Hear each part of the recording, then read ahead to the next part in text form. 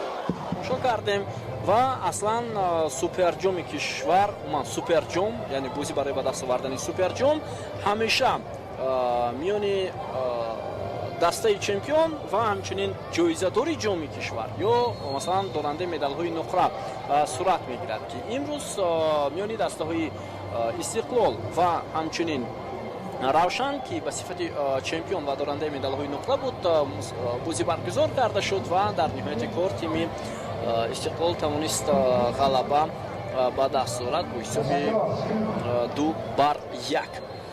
خب اینجا نایبون پرزیدنت فدراسیای فوتبال تاجیکستان همچنین رئیس کمیته انتظامی فدراسیای فوتبال کشور دیرکتور لیگای فوتبال کشور و همچنین دیرکتور مؤسسه دولتی تلویزیون دوشنبه در منبر قرار دارند و با هیئت داوران و فوتبالبازان حالا تحفه‌ها تقدیم کرده میشد. فکر میکنم سر اول با هیئت داوران با نصرالله کبیرов داوری بازی امروزه حالا جایزه تقدیم کرده میشود و همچنین با یاردمچیانی او در بازی امروزه هم جایزه ها داده میشود.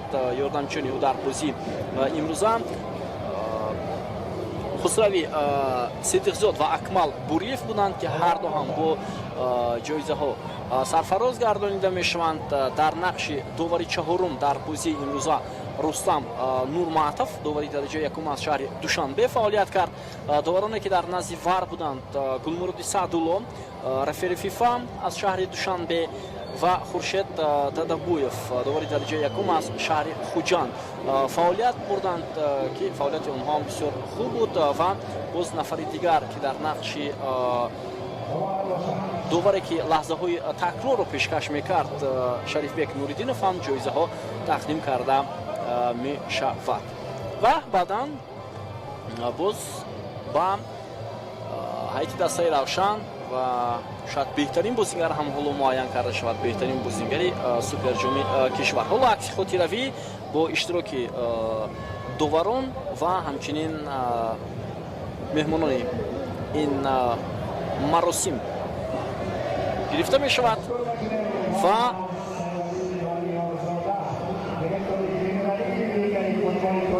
حالا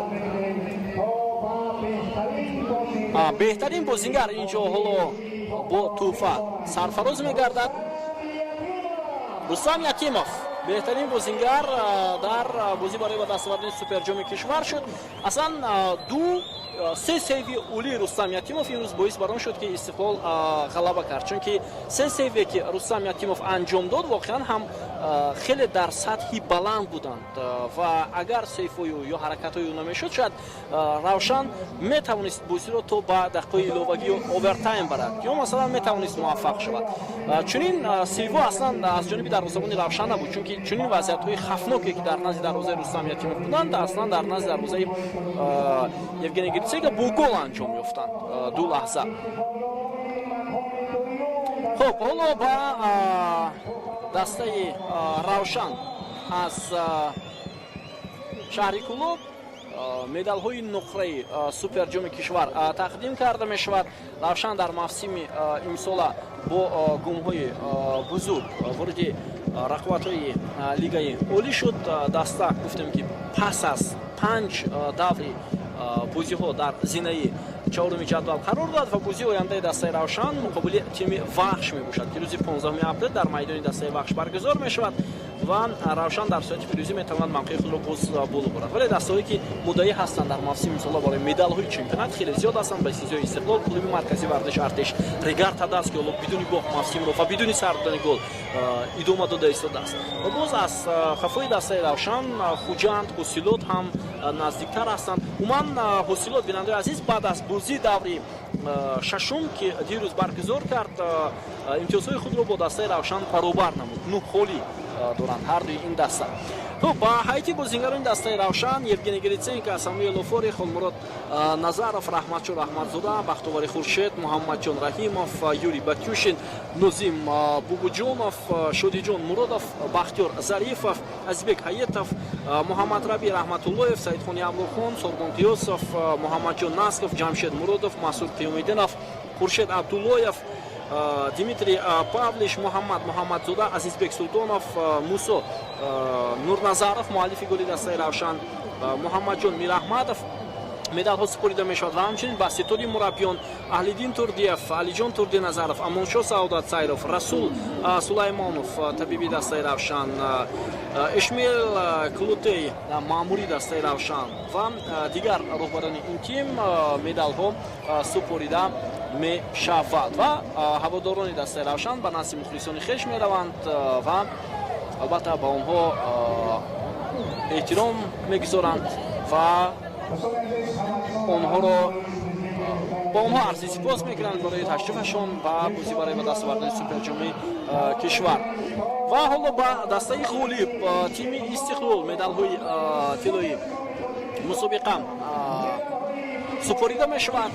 استقلال در این موسم اکنون برای در تمام مسابقه ها دعواگری اساسی هم شده میتواند و استقلال همچنین امسال در لیگ قهرمان‌های دوی آسیا در موسم 2024-25 بازی میکند و در مرحله گروهی اما دسته روشن در مرحله مقدماتی. ما به هر دو دسته قرار می‌خواهیم که امسال باید این دو دسته شرف فوتبال کشور را سربلندانه دفاع کنند، چون که پیشرفت فوتبال کشورمان و همچنین نتیجه های بلند در میان دسته های قاره، نه تنها دسته های منتخب، همچنین دسته های فوتبال سطح کلوبان از این دسته ها وابستگی خیلی و خیلی کلان هم دارد. به هر دو دسته ما قرار می‌خواهیم و باور داریم که مربیان هر دو دسته تیم ها را تو ماه سپتامبر سال جاری خوبتر و بهتر آماده میکنند و لیگ قهرمان‌های دوی آسیا. اصلا استقلال هیئتش را بسیار پرقوت کرد و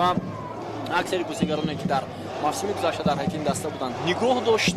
روشن هم هیئت خود را پرقوت کرد ولی اکثر بازیگرانی خود را از دست داد. فوتبالبازان خیلی خوب بودند و باز چند بازیگری دیگر را جلب کرد و اکنون بازی‌های لیگ عالی نشان می‌دهند که روشن با موسم امساله مسابقه سطح آسیایی چگونه آمادگی می‌بیند.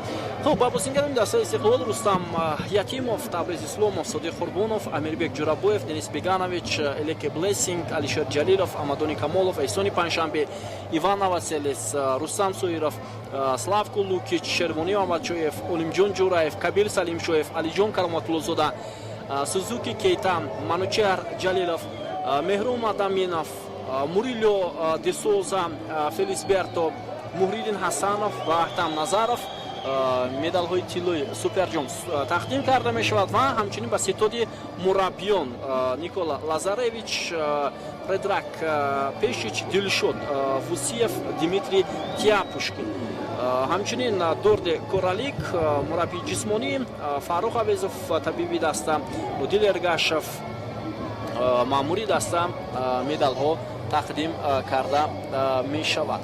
мо ҳам ба дастаи Истиқлол барор мехоҳем ва бовар дорем ки Истиқлол боз дар рақобатҳои лигаи олӣ ҳам натиҷаҳои хуб ба даст меоварад ва бозии ояндаи онҳо баъд аз 4 рӯз баргузор мешавад дар ҳамин майдон бо тими Регар Тадас сурат мегирад. фикр мекунам то он бозӣ Истиқлол аллакай хубтар ба сабзаи майдони Талкоҳарена омода шуд ва бозии суперҷом ҳам бисёр як имконияти хуб овард барои Истиқлол ки бо дастаи Регар Тадас хубтару беҳтар омодагӣ бидад. хуб вақт нишон медиҳад ки бо Регар Тадас Истиқлол чӣ гуна бозиро ба роҳ мемонад. ҳоло суперҷоми Тоҷикистон ба капитани дастаи Истиқлол Алишер Ҷалилов тақдим карда мешавад. бинандаи азиз, ва суперҷоми кишварро ноиби президенти Федератсияи футболи кишвар Алишер Рӯнов ба капитани дастаи Истиқлол тақдим менамояд ва ба якуяки тарафдорони дастаи Истиқлол ин ғалаба дар суперҷоми кишвар муборак бошад ва акнун дар ҷоми Тоҷикистон ва лигаи олии Истиқлол барои ду ҷоизаи дигар мубориза хоҳад буд. дар ҳамин ҷо бинандаи азизу арҷманд гузориши мустақими мо аз бозӣ барои ба даст овардани суперҷоми кишвар ба поён мерасад. бобо холмурозада бо ҷамъи ҳамкорони техникиамон ин гузоришро барои шумо омода ва таҳия кардем. то гузоришҳои навбатӣ сеҳатманду пирӯз бошед.